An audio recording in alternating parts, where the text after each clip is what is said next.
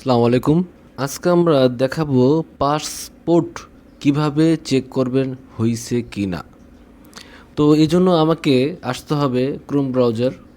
আমি এটা ক্লোজ করে দিলাম। ক্রোম ব্রাউজার এসে আপনি লিখবেন পাসপোর্ট চেক। তো পাসপোর্ট চেক লেখার পরে দেখবেন যে আপনি এখানে চলে আসছে চেক অ্যাপ্লিকেশন স্ট্যাটাস। তো আমরা এখানে ক্লিক করব। এখান থেকে আমাদের সার্চ দিয়ে বের করতে হবে যে আমাদের পাসপোর্টটা হইছে না কী অবস্থা, কোথায় আছে, সেই ট্র্যাকিংটা আপনি এখান থেকে করতে পারবেন। পাসপোর্টের বিষয়বস্তুর ব্যাপারে সম্পর্কে সম্পূর্ণ ধারণা আপনি এখান থেকে পাবেন। বর্তমানে পাসপোর্টটা আপনার কোথায় আছে, কী অবস্থায় আছে, সেটা আপনি এখান থেকে জানতে পারবেন।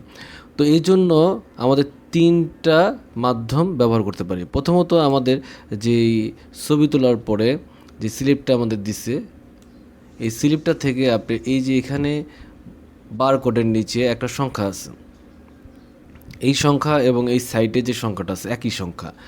চাইলে আপনি এই সংখ্যা এবং আপনার জন্ম তারিখ, এই দুইটা আপনি অ্যাপ্লিকেশন আইডিতে আপনি এই সংখ্যাটা এবং জন্ম তারিখটা আপনি এখানে বসিয়ে আই এম হিউম্যান এখানে টিকমার্ক করে চেক করলে আসবে।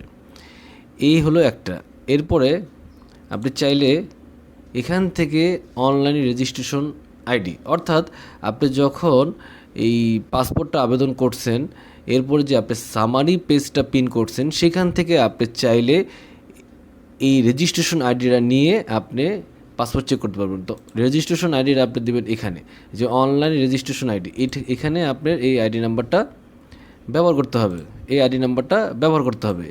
আইডি নাম্বারটা এবং এই যে জন্ম তারিখ, এটা এখানে ব্যবহার করে আপনি আই এম হিউম্যান এখানে ক্লিক করে আপনি পাসপোর্ট চেক করতে পারেন। এবং আপনি যে অ্যাপ্লিকেশন করছেন, আবেদন করার পরে যে আপনার রেজিস্ট্রেশন ফর্মটা, এই আবেদন ফর্ম এর প্রথম 1 নম্বরে দেওয়া আছে অনলাইন রেজিস্ট্রেশন আইডি। এখান থেকেও আপনি এই আইডিটা ব্যবহার করে আপনি এখানে অনলাইন রেজিস্ট্রেশন এই সাইটে আপনি এন্ট্রি করে বা টাইপ করে আপনার ডেট অফ বার্থ দিয়ে আপনি আই এম হিউম্যান ক্লিক করে চেক করতে পারবেন। তো চলুন আমরা একটা করে দেখাই কী অবস্থা। ধরুন আমি এটাই চেক করব, আমি আপনাকে দেখাচ্ছি। এখন বর্তমানে আমরা এখন একটু সাইডে নিয়ে এটা, এই যে সাইডে নিলাম। এভাবে আপনি নিয়ে কাজটা করবেন। তো আমরা ধরেন এইখানে যে অনলাইন রেজিস্ট্রেশন আছে, আমরা এটা ব্যবহার করব। তো আমরা এখানের জন্য OID সব বড় হাতের, এরপরে দিলাম সংখ্যাটা এখানে বসাবো।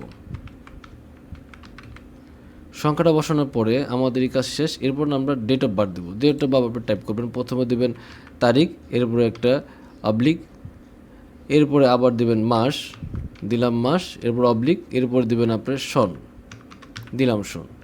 আমাদের কাজ এখানে শেষ। আমরা একটা বড় করি এটা। তা আমরা এখান থেকে এটা নিয়ে নিলাম, অনলাইন রেজিস্ট্রেশন আইডি নিলাম এবং ডেট অফ বার্থটা নিলাম। এখন আমি আই এম হিউম্যান ক্লিক করব।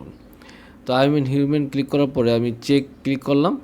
এখন দেখেন আমাকে এখানে লেখা আসছে যে অ্যাপ্রুভ, অর্থাৎ আমার এটা অনুমোদিত হয়ে গেছে। তো এইভাবে আপনি এগুলা চেক করতে পারেন। তো এই ছিল আজকে আমার বিষয়বস্তু। পরবর্তী ভিডিও দেখার জন্য আমন্ত্রণ রেখে আজকে এই পর্যন্তই। আল্লাহ হাফেজ।